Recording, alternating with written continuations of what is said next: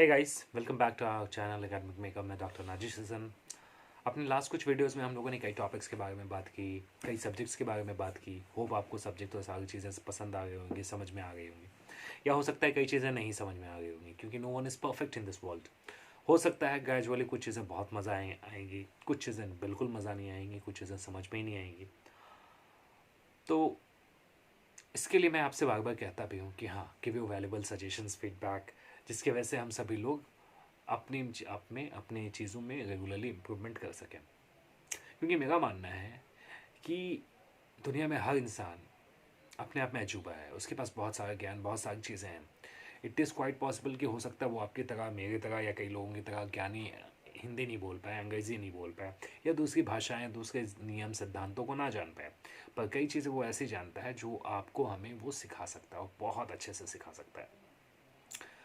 ज़रूरत होती है सिर्फ दो चीज़ों की, तीन चीज़ों की, कि हमें अपने आप को रेगुलरली लर्निंग फेज में रखना है। और ये सिर्फ एक बार नहीं, दो बार नहीं, चार बार नहीं, आपको पूरी ज़िंदगी इसको अप्लाई करना पड़ता है। आज हम लोग जो बात करने वाले हैं वो है relationship between price elasticity of demand and total expenditure. मतलब प्राइस इलास्टिसिटी ऑफ डिमांड और टोटल एक्सपेंडिचर में क्या रिलेशनशिप होता है। आपको याद होगा, अगर आपने हमारा एक क्लास वीडियो देखा होगा, जियोमेट्रिक मेथड, जिसमें आर्क मेथड, डिमांड कर्व या जोग्राफिकल मेथड के ज़रिए से इलास्टिसिटी ऑफ डिमांड को हम लोग प्रेजेंट कर रहे थे, तो वहाँ पे हम लोगों ने इसको काफ़ी डिटेल से इन सारी चीज़ों को छुआ था और समझने की कोशिश की थी। और अगर उस वीडियो को नहीं देखा है तो उस वीडियो को देख लो, आपको ज़्यादा अच्छे तरीके से समझ में आ जाएगा ये वाला वीडियो। क्योंकि उसको अगर आप देख लेते हो तो ये वाला पूरा कंटेक्स्ट पानी की तरह क्लियर हो जाएगा। Now coming to the point, relationship between price elasticity of demand and total expenditure. What is the relationship between price elasticity of demand and total expenditure? तो मतलब पहला केस जो है, इस पे बेसिकली हम लोगों ने 5 केस के बारे में बात की थी। Unitary elastic, highly elastic, less elastic, perfectly elastic, perfectly in elastic, ये 5 केसेस के बारे में बात की थी। तो बट ये जो केस होता है, ये जो relationship between price and expenditure, ये 3 केसेस पे लागू होता है। पहला हायर, जिसको मोर देन भी कहा जाता है, less, that is less than one भी होता है, एंड यूनिटरी इलास्टिक या इक्वल टू वन, या इलास्टिसिटी भी इसको कहा जाता है। इसके बारे में थोड़ा बात करते हैं। उसके बाद हम लोग बात करेंगे degree and elasticity of demand, and will be coming up to the wind up of the video. तो बात करते हैं elasticity is more than one, जिसको हायर इलास्टिक भी कहा जाता है। वहाँ पे हम लोगों ने बात की थी, हमने अपने उस ज्योमेट्रिक मेथड में हम लोगों ने बताया भी था कि E D is elasticity of demand is greater than one. इसमें क्या होता है, प्राइस फॉल, दाम गिरता है, तो साथ साथ में आपका एक्सपेंसेस बढ़ता है। अब सीधे समझने की कोशिश करते हैं, कोई भी प्रोडक्ट है, उसका दाम अगर गिरने लगा तो एक्सपेंसेस उसका बढ़ेगा ही डेफिनेटली, क्योंकि कई चीज़ें हैं। डिमांड अगर घटने लगे, ठीक है, अगर आपका डिमांड मार्केट में गिरने लगे, मार्केट में मूवमेंट कम होने लगे, तो प्रोडक्ट को आपको जो अपने गोडाउन में रखना है, संभालना है, चलाना है, तो उस पर खर्च भी आपका बढ़ता है। उसको एडमिनिस्ट्रेशन, उसको मैनेज करने में आपका कॉस्ट बढ़ता है।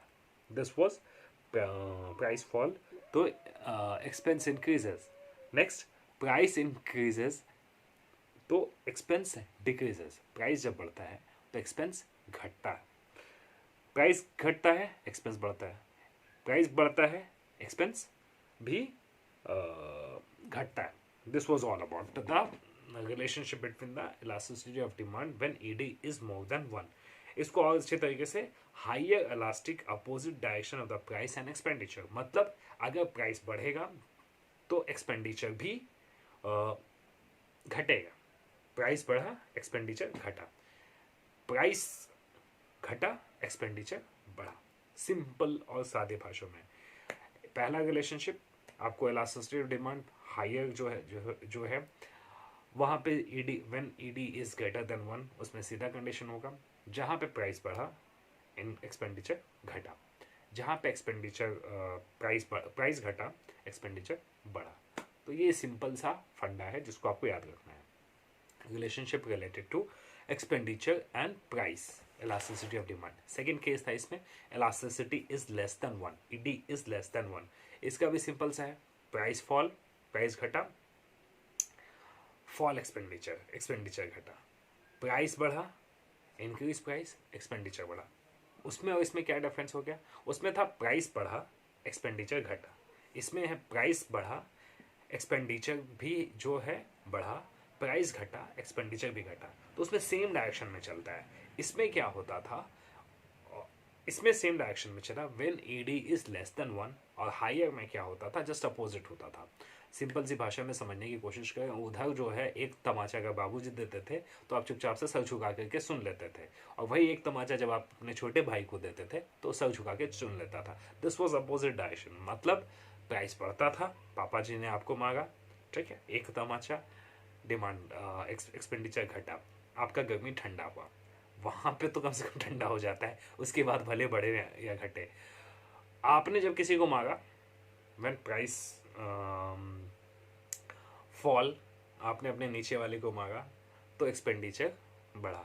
मतलब क्या होता है, नॉर्मली हम जब अपने नीचे वाले को एक तमाचा लेते हैं और वो ज़रा सा आँख दिखाने लगे तो उस कंडीशन में हम क्या करते हैं, अच्छा ज़्यादा बोल गए हो, ज़्यादा एटीट्यूड हो गया है, ज़्यादा आँख दिखाना, तो एक दो तमाचा और लगा देते हैं, तो सीधे नीचे वाले को दबाना। और इसमें क्या होता था, अपोजिट डायरेक्शन होता था। इधर क्या है, इलास्टिसिटी इज लेस देन 1, इसमें क्या होता है, सेम डायरेक्शन में चलता, प्राइस घटा इन एक्सपेंडिचर घटा, प्राइस बढ़ा इनका एक्सपेंडिचर बढ़ा। सीधी बात, हवा की तरह चुपचाप से हम चल दिए, किसी ने कहा कि हाँ बैठो तो बैठे, उठो तो उठो उठे। ये सिंपली केस अच्छी तरीके से याद करने के लिए हो सकता है। Next, elasticity is equal to 1, और उस पर कोई चेंज नहीं आता है, वहाँ पे प्राइस घटेगा तो एक्सपेंडिचर भी सेम रहेगा, प्राइस बढ़ेगा तो भी एक्सपेंडिचर सेम रहेगा, उसमें कोई चेंजेस नहीं आएगा। तो ये तीन केसेस के बारे में हम लोगों ने बात की, relationship between price elasticity of demand versus total expenditure. Higher के केस पे क्या होता है, opposite, price increases expenditure decreases, price decreases expenditure increases, ये उसके हायर के केस पे होता था। लेस के केस पे क्या होता है, लेस के केस पे सिंपली होता था same direction, price decreases expenditure decreases, price increases expenditure increases. अब लास्ट हम लोग एक और चीज़ ऐड करेंगे and will be coming up to the wind up, जो हम लोगों ने अपने स्टार्टिंग में ही आपसे जिक्र किया, degree of elasticity of demand. Degree of elasticity of demand है क्या, हम लोगों ने बात की थी ज्योमेट्रिक में ही, वो आपको याद होगा, perfectly elastic demand, perfectly in elastic demand, जो दोनों अजम्पशन के केसेस थे, high elastic demand, less elastic demand, unitary elastic demand, ये वही चीज़ें हैं। एक बार फिर से मैं इसको क्विक रिवाइज करता हूँ और उसके बाद आपको इस वीडियो को वाइंड अप करूँगा। आपको याद होगा परफेक्टली इलास्टिक ऑफ डिमांड में बेसिकली क्या होता था, ईडी इक्वल्स टू इन्फिनिटी, मतलब when price rises demand becomes infinity, वो मतलब बढ़ता जाता है बढ़ता जाता है। ऐसा क्या सच में हो सकता है? नहीं, ऐसा कभी नहीं हो सकता है कि प्राइस बढ़ रहा है डिमांड इन्फिनिटी है। ये मैंने बताया भी था कि कुछ इस केसेस में हो सकता है, जैसे सैनिटाइज़र, दस PPE kit, personal equipment, protection equipment, और वो mask, I also have the mask, आजकल लेकर किसी को चल रहा है सभी इंसान, तो वो हो गया perfectly inelastic when ED is equals to 0, price घटे बढ़े डिमांड में कोई चेंजेस नहीं आएगा।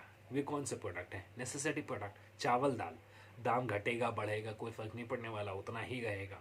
बट इस पर भी हमारे पास ऑप्शंस होता है। वो कौन से ऑप्शंस होते हैं, जो प्रोडक्ट हम लोग नॉर्मली, ये ऐसे प्रोडक्ट है जो नेसेसिटी गुड्स हैं, वो हम लोग इन्फीरियर गुड्स में धीरे धीरे शिफ्ट करते जाते हैं। आपको याद होगा कि एक ज़माना था जिसको बोलते थे मड़ुआ रोटी, जो देहात में, गांव में, जंगल में लोग खाते हैं। हमारे दादा परदादा, आपके दादा परदादा और कई लोगों ने इसको कभी किसी ज़माने में टेस्ट किया होगा। मैंने तो उसको टेस्ट किया था when I was very small. उसके बाद में वो उसका टेस्ट मज़ा नहीं आता था।